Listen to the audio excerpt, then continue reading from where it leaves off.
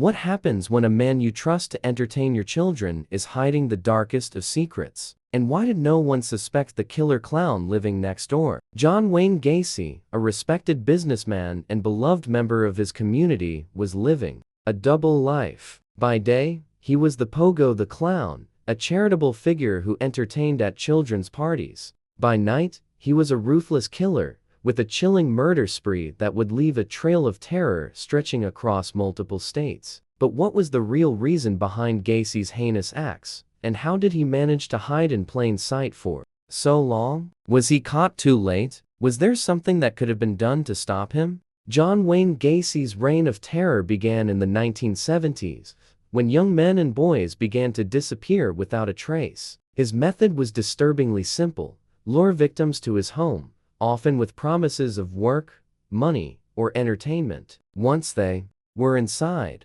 he would overpower them, sexually assault them, and then murder them. He would bury many of his victims in the crawl space under his house. Others were discarded in nearby rivers. The investigation into Gacy's crimes was shrouded in confusion. His persona as a friendly, community-oriented man made him an unlikely suspect. Gacy had even met with law enforcement officers on several occasions, helping out with charity events and even attending a party hosted by the local police. But when the disappearance of 15-year-old Robert Piest was reported in December of 1978, everything started to unravel.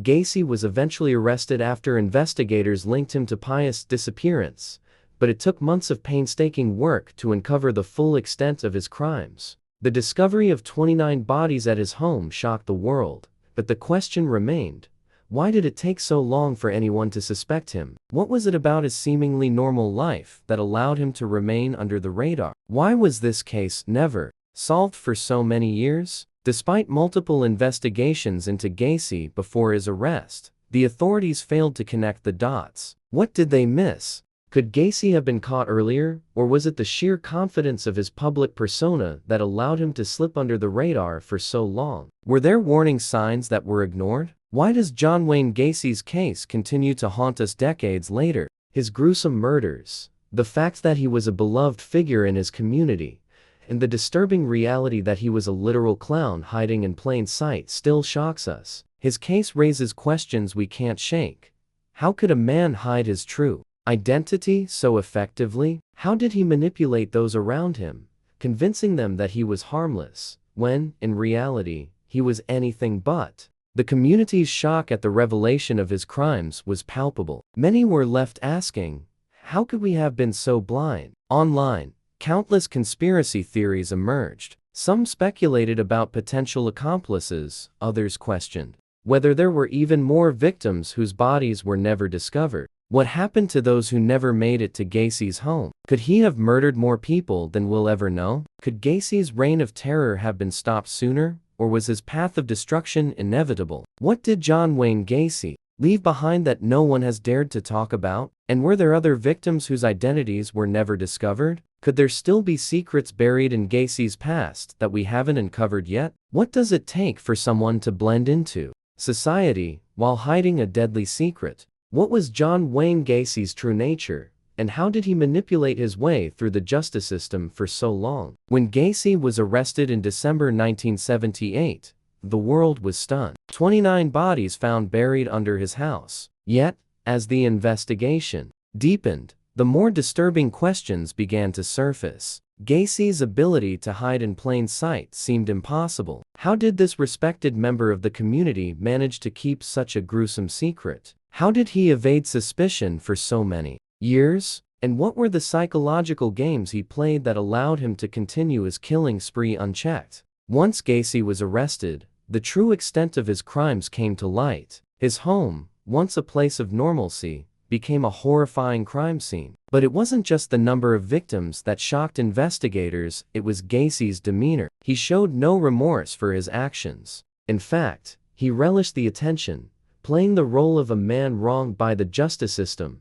Police began to connect Gacy to the disappearances of young men and boys in Illinois. They realized that his history of manipulation, charm, and violence was far more extensive than initially thought. Gacy was a master manipulator, using his position as a trusted member of the community to gain access to vulnerable individuals. His Pogo the Clown persona was not just a mask, it was a tool, a way to lure his victims into a false sense of security. As the investigation unfolded, Gacy's interactions with law enforcement were examined. How did he manage to stay in the clear for so long, even after being questioned by police in the past? What did they miss? Could the justice system have done more, or was Gacy simply too cunning to be caught until the time was right? Why did Gacy's true nature remain hidden for so long? Gacy's charm and outward normalcy made it hard for people to believe he could be capable of such horrors. Was it simply a case of missed red flags, or was the public's perception of him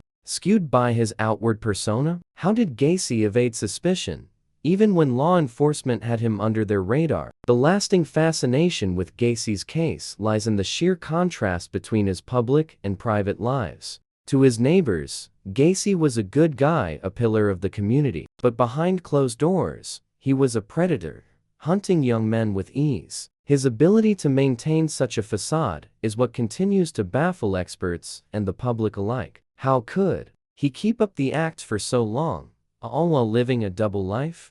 Gacy's manipulation of his image, his charm, and his role as a volunteer and social worker made it nearly impossible for anyone to see through the mask he had carefully crafted. For years, he wasn't a suspect, he was the guy you trusted. It's a chilling reminder of how people can hide in plain sight, blending into the fabric of everyday life while hiding their darkest secrets. The case still generates a massive amount of speculation and theory online. People often ask, what would make a man do something so twisted? Was it nature or nurture? Experts continue to analyze Gacy's personality, trying to figure out what drove him to commit such heinous acts. Was he born this way, or was something in his past responsible for turning him into a killer? Despite being caught, Gacy's story remains incomplete. How did he manage to stay one step ahead of investigators for so long? Was he truly alone in his crimes, or were there others complicit in his actions that have yet to be uncovered?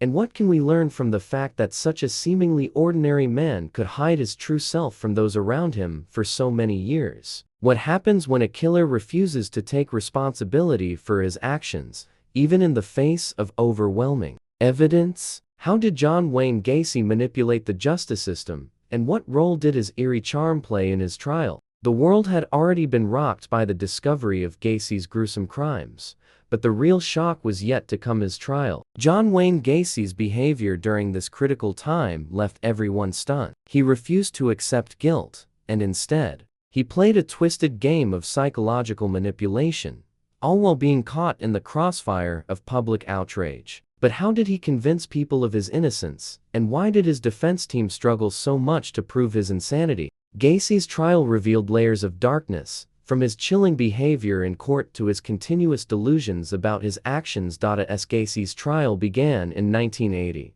the public's fascination with his case reached new heights. News outlets followed the proceedings, and the courtroom became a spectacle. But what made this trial so unique was Gacy's behavior and his defense strategy. From the beginning, Gacy maintained that he was not guilty of the murders, despite the overwhelming evidence against him. His defense attorneys argued that Gacy was not in control of his actions due to mental illness. They claimed that he suffered from multiple personalities, and that his violent tendencies were part of his alter ego, a personality he called Pogo the Clown. However, Gacy never fully cooperated with his defense team. He would often laugh and joke with the press, acting as though he were simply an entertainer caught in a bad situation. Gacy's bizarre antics in court were widely reported. At one point, he drew a pentagram on his palm and raised his hand, proclaiming himself the servant of Satan. This only added to the growing sense of unease surrounding him. Was he truly insane, or was he manipulating the court to avoid the death penalty? The prosecution argued that Gacy was fully aware of his actions. They painted him as a cold, calculating killer who preyed on vulnerable young men. With the discovery of the 29 bodies under his house, the case against Gacy was airtight. The shocking details of his crimes, how he bound, tortured, and murdered His victims made it clear that he was no stranger to depravity. Yet, Gacy continued to insist that he was innocent, a pattern that would become one of the most chilling aspects of his entire trial. Was Gacy truly insane? Or was he simply trying to escape responsibility for his crimes? The question of Gacy's sanity has lingered for decades. Was he delusional? Or was he just a cold-blooded killer trying to avoid the death penalty? Could Gacy have been manipulating the courts? Or did he genuinely believe in the alternate personalities he claimed to have? And how much of his behavior was calculated to evoke fear and confusion, knowing full well that it would make him even more infamous? The trial of John Wayne Gacy captivated the public not only because of the horrific nature of his crimes, but also because of the psychological games he played during the proceedings. Gacy's antics, like his satanic gestures and refusal to take responsibility, became fodder for news outlets. Some wondered if he was trying to be a showman in court, adding another layer of manipulation to his already twisted persona. Others questioned whether Gacy's acts of defiance were part of his strategy to avoid the death penalty. Was he playing the role of the insane killer to get sympathy? Or was he truly deluded by his own mind? Gacy's refusal to show remorse struck a chord with the public. People were appalled that someone who had committed such atrocities could show no remorse, no sense of guilt, or even a hint of empathy for his victims. His behavior was not just a defense mechanism, it was a window into his disturbed psyche. As Gacy's trial progressed, the public's fascination with his cold, detached persona only grew. They wanted to know what had turned him into a monster, and whether the justice system could truly hold him accountable. The trial ended in a conviction, but the questions surrounding Gacy's mental state and his motivations persist. What could have driven him to commit such horrific crimes? And what does his refusal to show remorse say about his true nature? Was he truly insane? Or was this another twisted performance in a lifetime of deception? But Gacy's story doesn't end with his conviction. In the next chapter, we'll explore the aftermath of his trial, the impact on the victims' families, and the haunting legacy Gacy left behind. What happened in the years after Gacy was sentenced to death? And how did his case shape the way we view serial killers today? How do you stop a monster once he's been unmasked? What happens after the trial, when the world finally knows the truth about a killer like John Wayne Gacy? John Wayne Gacy's conviction was a moment of closure for many, but it was just the beginning of a new chapter in the twisted legacy he left behind. Convicted of 33 murders, Gacy was sentenced to death, but his story didn't end in the courtroom. For decades, Gacy's case would haunt the public, sparking endless discussions, documentaries, and even theories about what made him who he was. But beyond the headlines, how did Gacy's conviction affect the families of his victims? And what dark truths came to light in the years that followed? After his conviction, Gacy was sentenced to death, and he was sent to death row at Illinois Menard Correctional Center. For over a decade, Gacy sat on death row, playing the part of an infamous serial killer who had confessed to his crimes but still resisted the reality of the pain he caused. His time in prison became another stage for him to perform on, as he corresponded with the media, made eerie art, and tried to capitalize on his notoriety. Despite his conviction, Gacy continued to maintain his innocence, stating that he was the victim of a corrupt legal system. But as time went on, the public began to look past his words, focusing on his criminal legacy and the victims he left behind. Gacy's correspondence with the outside world became an unsettling reminder of how a man who had shown no remorse could continue to play a role in his own story, even behind bars. Meanwhile, the families of his victims struggled to find peace. Many of the families, who had spent years searching for answers, had finally been able to lay their loved ones to rest. But the trauma of Gacy's crimes never fully went away. Some families chose to remain anonymous, unable to confront the horrors of their loved ones' final moments. Others became advocates, fighting for justice and the memory of those lost in Gacy's wake. The years after Gacy's conviction were marked by both a sense of finality and endless questions. Was there more to Gacy's story? Could there have been more victims? And perhaps most disturbingly, was Gacy just one of many serial killers hiding behind masks of normalcy? Could Gacy have killed more people than we'll ever know? While 33 murders are a staggering number, some believe there may have been more victims that never came to light. Gacy's travels across the country, his connections to various young men, and the years he spent evading justice in plain sight, all raise the chilling possibility that his true body count could be higher. Were there other victims who never made it to Gacy's house, or whose bodies were never discovered? The public's obsession with John Wayne Gacy only grew after his conviction. His gruesome crimes were the subject of countless articles, documentaries, and even a handful of films. But Gacy's appeal wasn't just in his crimes, it was in the enigma he presented. He was a man who had hidden behind the facade of a normal life,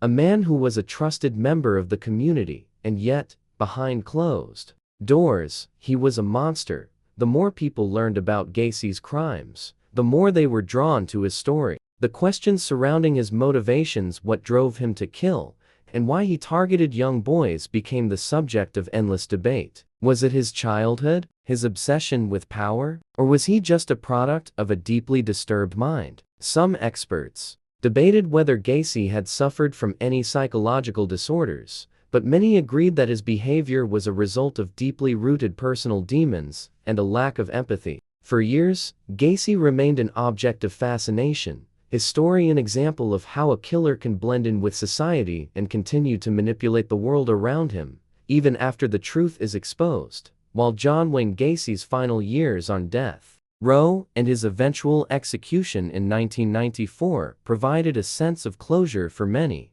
his legacy lives on. But questions continue to haunt those who followed his story. Could there be more unknown victims? Could Gacy have been part of a larger network of killers operating under similar methods, hiding in plain sight? And why did it take so long for Gacy to be brought to justice? Stay tuned for the next chapter, where we delve into the chilling details of Gacy's final moments before his execution. What did he say in his last interview? Did he finally admit to his crimes, or did he continue to deny everything? And what legacy did he leave behind for the families of his victims and the criminal justice system? Stay tuned, like and subscribe for more contents.